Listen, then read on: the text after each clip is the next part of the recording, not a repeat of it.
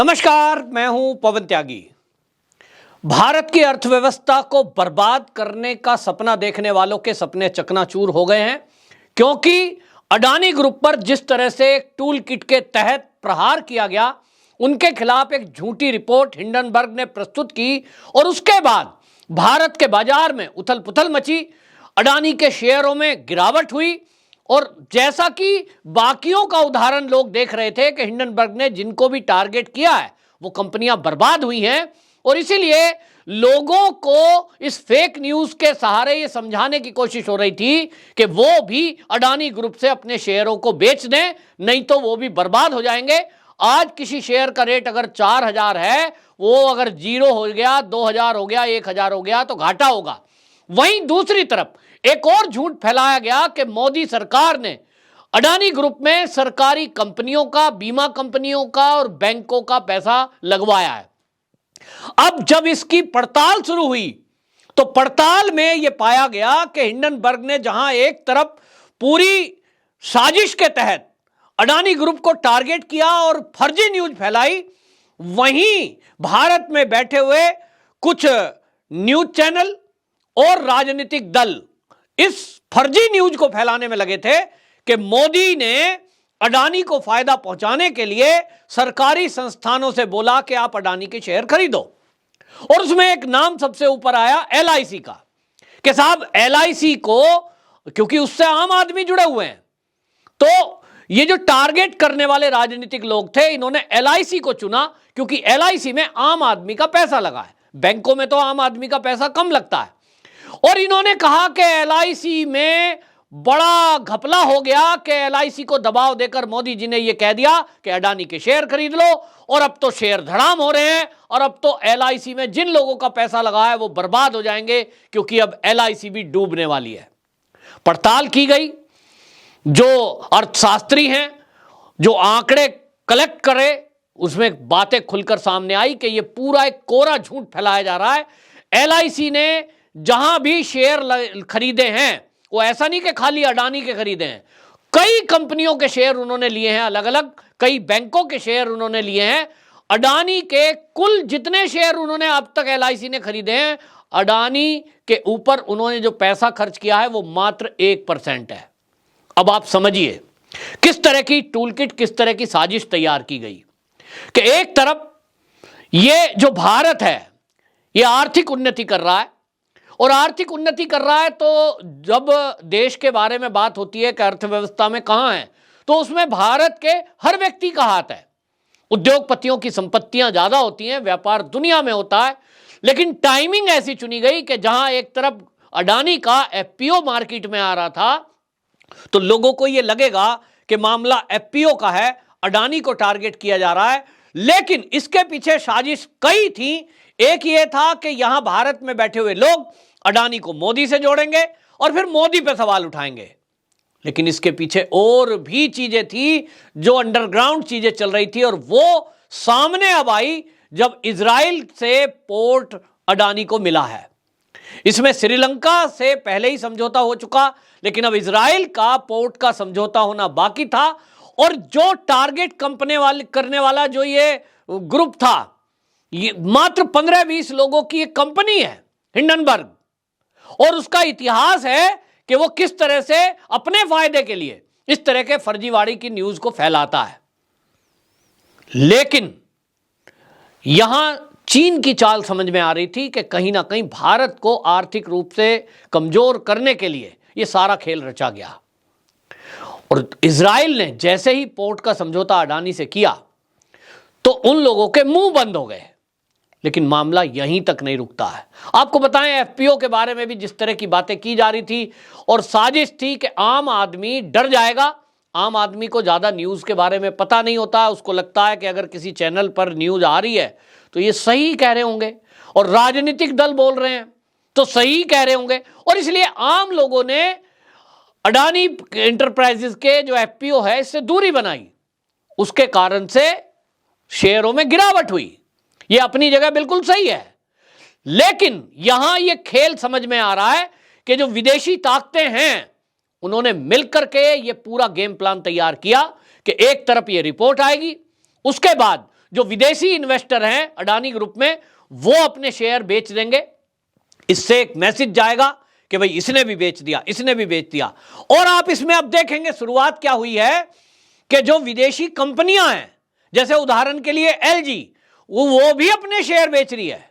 मतलब भारत के बाहर के लोग जो यहां इन्वेस्ट करते हैं, इसमें आपको बता दूं फॉरेन इंस्टीट्यूशनल इन्वेस्टर, जिसको एफआईआई बोलते हैं, इनमें बहुत बड़ी संख्या में वो लोग हैं जिन्होंने फायदे के लिए शेयर खरीदे, उनका फायदा हुआ, लेकिन आज वो टूल किट का हिस्सा बने हुए हैं, क्योंकि ऐसे समय में वो एक प्लानिंग के तहत इन शेयरों को बेच रहे हैं, जिससे कि मार्केट में ये मैसेज जाए, आज शेयर इतना डाउन हो गया, आज इतना डाउन हो गया, अडानी आज चौथे नंबर पे, आज 10वें नंबर पे, आज 15वें नंबर पे।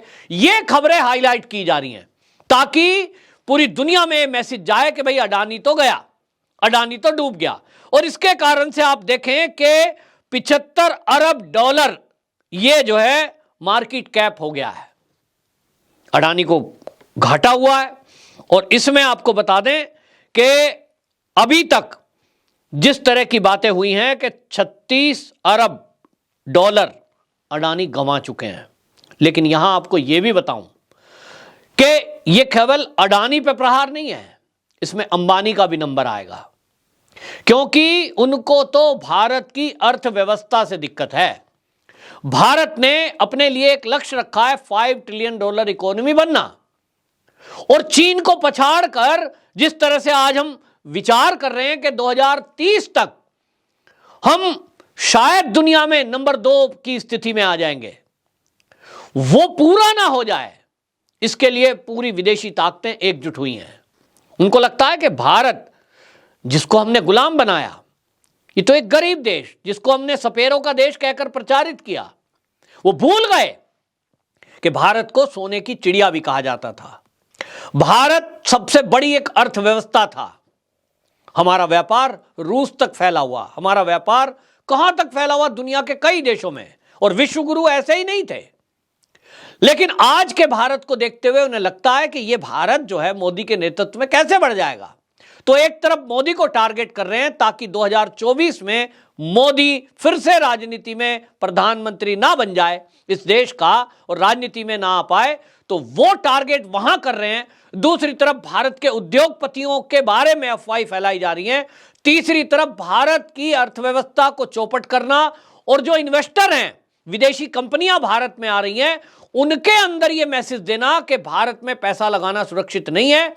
बीबीसी जैसी डॉक्यूमेंट्री लाई जा रही है जिससे देश में दंगे हो जाएं, और जब दंगे हो जाएंगे किसी भी देश में, तो आप समझ रहे हैं जैसे पाकिस्तान का हाल है कि साहब वहां तो बड़े दंगे फसाद हैं, वहां कोई इन्वेस्ट करने के लिए जाता नहीं है। तो इनकी प्लानिंग है कि 2024 के चुनाव तक आते आते इस तरह की कई टूल किट तैयार की जाएं, जिससे कि भारत की अर्थव्यवस्था चौपट हो, मोदी बदनाम हो, और मोदी का नाम लेकर के भारत के उद्योगपतियों को भी टारगेट किया जाए, ताकि ये जो विरोधी दल हैं, विपक्षी दल हैं, इनके पास कोई मुद्दा तो है नहीं, ये कहेंगे साहब मोदी का आदमी अडानी। और इसीलिए आप देखें कि एलआईसी का सुर्रा छोड़ा गया था, वो तो भारत में आज टेक्नोलॉजी है, आज आप सोशल मीडिया है, और इसके कारण से मीडिया भी झूठ नहीं प्रसारित कर पाया। एलआईसी पर बोला गया ये जो राजनीतिक दलों का झूठ था, ये जो टूल किट तैयार हुई थी, इसका खुलासा हो गया कि भैया एलआईसी ने इसमें लाभ कमाया है और आज भी लाभ में है, और मात्र 1% उन्होंने अडानी के शेयर में पैसा लगाया है। तो पोल खुल गई, अब कुछ नहीं बोल रहे हैं। लेकिन अब फिर से आम आदमी पार्टी के संजय सिंह ने प्रधानमंत्री को चिट्ठी लिखी है, और वो फिर ये राग अलाप रहे हैं कि साहब आज तक का सबसे बड़ा घोटाला है।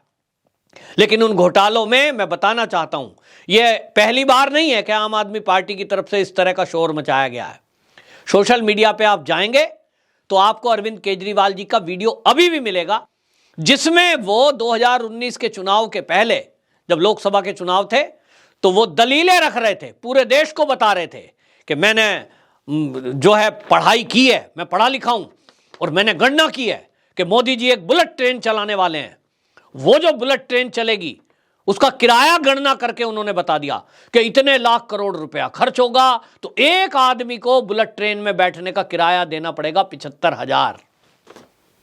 अब उनके हिसाब से अगर कोई Modi G semi speed train चला रहे हैं, वंदे भारत चल रही है, तो वो वंदे भारत की पटड़ी बिछाने का काम, फिर वंदे भारत ट्रेन को खरीदने का बिल, और कितने का बिल बैठाएंगे उनके हिसाब से। तो वंदे भारत में बैठने वाला जो यात्री है, अगर वंदे भारत में बैठकर वो दिल्ली से लखनऊ जा रहा है, तो केजरीवाल जी की उस गुणा के हिसाब से ये तो किराया होना चाहिए 20,000। जनता को बरगलाने के लिए किस तरह से झूठ बोल सकते हैं, ये कोई समझ नहीं सकता। लोगों को लगेगा कि यार पढ़ा लिखा आदमी है, अगर ये कह रहे हैं 75,000 किराया, कोई तुक है भाई? अगर बुलेट ट्रेन का 75,000 किराया होगा तो कोई क्यों जाएगा? क्योंकि एरोप्लेन में आप मुंबई जाना चाहते हैं, सूरत से, अहमदाबाद से, ज्यादा ज्यादा 5,000 रुपए खर्च होंगे, तो 75,000 रुपए कौन खर्च करेगा? मतलब कुल मिला के कुछ भी झूठ फैला दो। लेकिन अब आम आदमी पार्टी के संजय सिंह ने फिर से चिट्ठी लिखी है, और ये वही लोग हैं, आपको याद होगा कि राफेल पर कह रहे थे कि राफेल में बहुत बड़ा घोटाला हुआ है, उसकी जांच की जाए। सुप्रीम कोर्ट पहुंच गए। नोटबंदी को केजरीवाल जी ने सबसे बड़ा घोटाला बताया था, उस पर सुप्रीम कोर्ट पहुंच गए।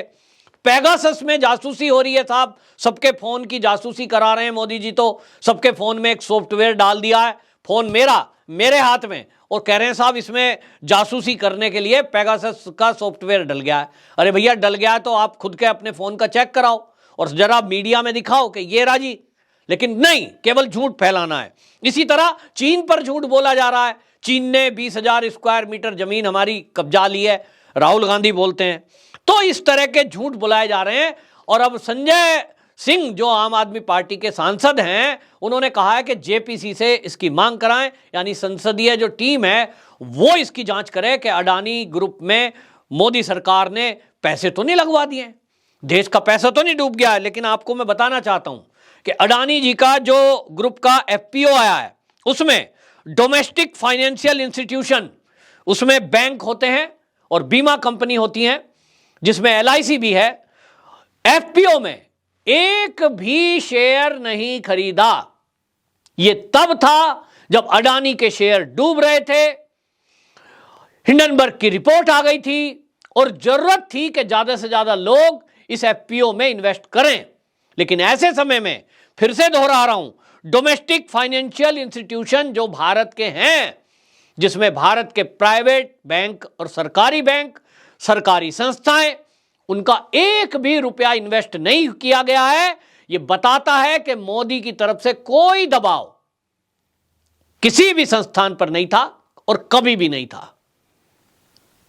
और इसलिए यह झूठ फैलाकर हमारे भारत के उद्योगपति और उनके जरिए देश के प्रधानमंत्री को बदनाम करने का काम जो ये विपक्ष कर रहा है, इसके खिलाफ कुछ ना कुछ तो करना पड़ेगा। नहीं तो ये इसी तरह से फर्जी न्यूज और झूठ फैलाकर देश में अराजकता का माहौल पैदा करेंगे। जहां विदेशी ताकतें हमारे देश की अर्थव्यवस्था से परेशान हैं, वो हमारे भारतीय उद्योगपतियों के प्रति वो कुछ भी साजिश षड्यंत्र कर रहे हैं, वो समझ में आता है।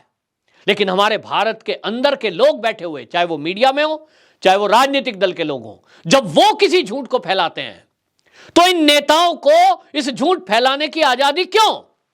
एक आम आदमी अगर फेक न्यूज को स्प्रेड करता है, मोदी सरकार ने कानून बना दिया है, उस पर तत्काल कार्रवाई की जाएगी। लेकिन राजनीतिक दल के नेता जब झूठ फैलाते हैं, इन पर कार्रवाई कब की जाएगी, बड़ा सवाल है। मोदी जी एक आम आदमी है, वो अगर कोई अपने व्हाट्सएप से कोई फेक न्यूज फैला दे, उसका असर ज्यादा ज्यादा 100, 200, 500 लोगों तक होगा। लेकिन एक राजनीतिक दल का नेता, और वो भी सांसद, यदि कोई ये कह रहा है कि सबसे बड़ा घोटाला हुआ है साहब, और एक बार नहीं, मैंने अनेक बार गिनवा दिया कब कब झूठ बोला गया, ये जब झूठ फैलाते हैं तो इनका झूठ, क्योंकि मीडिया के जरिए पूरे भारत ही नहीं दुनिया में प्रसारित होता है, सब जगह न्यूज चल रही है कि आम आदमी पार्टी के नेता ने सवाल उठाया, अब इसकी जांच की मांग की गई और सुप्रीम कोर्ट भी जाएंगे, अब देख लेना। तो ये टूल किट पूरा तैयार कर रहा है मोदी सरकार। जब तक ऐसे टूल किट पर काम करने वाले देश के गद्दारों पर कार्रवाई करने के लिए कोई ठोस कदम नहीं उठाएगी, इस तरह के हमले होते रहेंगे। मोदी जी ने पहले ही चेताया था, लेकिन यह मामला बहुत खतरनाक है और आम आदमी को यह समझना होगा कि इन नेताओं के बरगलाने में, बहकावे में, झूठ में ना फंसे। जैसा मैंने कई उदाहरण दे दिए कि नोटबंदी को बड़ा घोटाला बताया, उसमें कुछ नहीं निकला। राफेल को बड़ा घोटाला बताया, उसमें कुछ नहीं निकला। फिर इसी तरह आप देखें कि वैक्सीन पर झूठ बोला, उसमें कुछ नहीं निकला। बुलेट ट्रेन को लेकर झूठ बोला, उसमें भी कुछ नहीं निकला। इनकी आदत बन गई है कि भारत की तरक्की को रोकने के लिए जो चीन समेत ऐसे भारत के दुश्मन हैं, उनके नैरेटिव को भारत में चलाना। लेकिन अब जनता जागरूक है और इसको समझना है और लोगों को समझाना है। आपकी क्या राय है? कमेंट बॉक्स में जरूर बताएं। वंदे मातरम।